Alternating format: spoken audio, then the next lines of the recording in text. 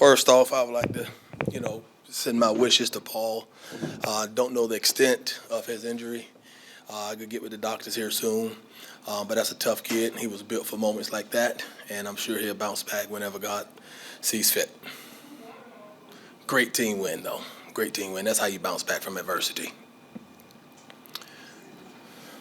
We talked earlier in the week Yeah. about, just everything that happened this week and how you get those guys ready to play. And what was your impression of the way that they went out there and played, given the fact that they have been through a lot this week? Yeah, but we got some resilient kids in that locker room, man, and they are still fighting to win a championship. The opportunity to continue to play basketball, an opportunity to play for a championship, that is huge. There's a lot of teams at home right now, but we still have the opportunity to continue playing.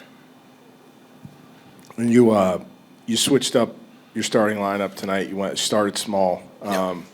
What was and honestly, you didn't play two bigs together too much tonight, but what was your philosophy there? Why did you do that? Yeah, it was just a hunch I had. It's just something, just a hunch we had, and we went with it.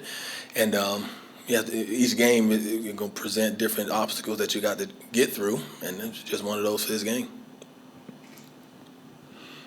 Softballs, Rick. This one was sloppy at times early. How happy were you with the way your guys just stuck with it defensively and really never got out of sorts on that end of the floor? Oh yeah, our guys play with great poise, and each game you're gonna have moments like that. It's not when you don't want to lose your mind when you have just a little bit of adversity. It all comes back down to adversity, how you deal with adverse situations. And our guys had the right mindset going into this game, and we did pretty good, I thought.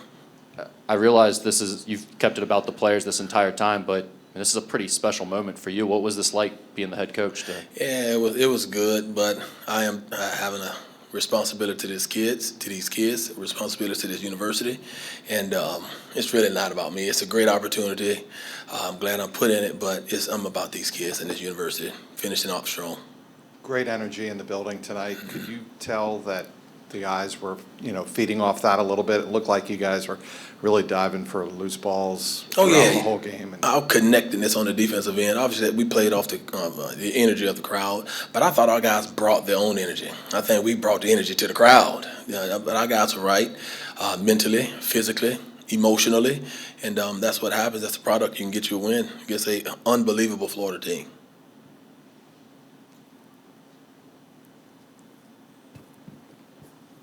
Offensively, not a great shooting night. I think 4 for 20 from three. But how much were you just letting those guys go out there and play off one another and make the right moves, or was it more of a structured environment offensively in terms of set plays? It was actually a little bit of both. Obviously, I want our guys to play with a lot of aggression, but also have the mindset to share the ball movement, man movement, make an extra pass, make an extra play for others, not only yourself. And I thought our guys came with a good mindset to share the ball. I wanted 15 to 20 assists.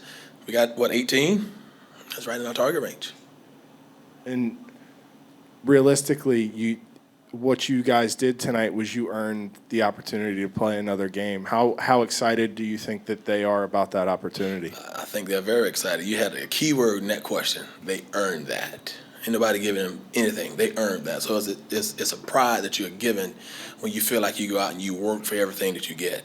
And so our guys are excited to play whoever we play. We don't know Vandy or Dayton, and I don't prefer either one over the other. We're going to be prepared one way or the other.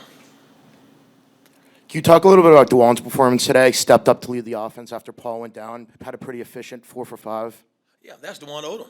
DeJuan Odom meet Xavier. Xavier meet DeJuan Odom. That's who he is. That's what he's capable of.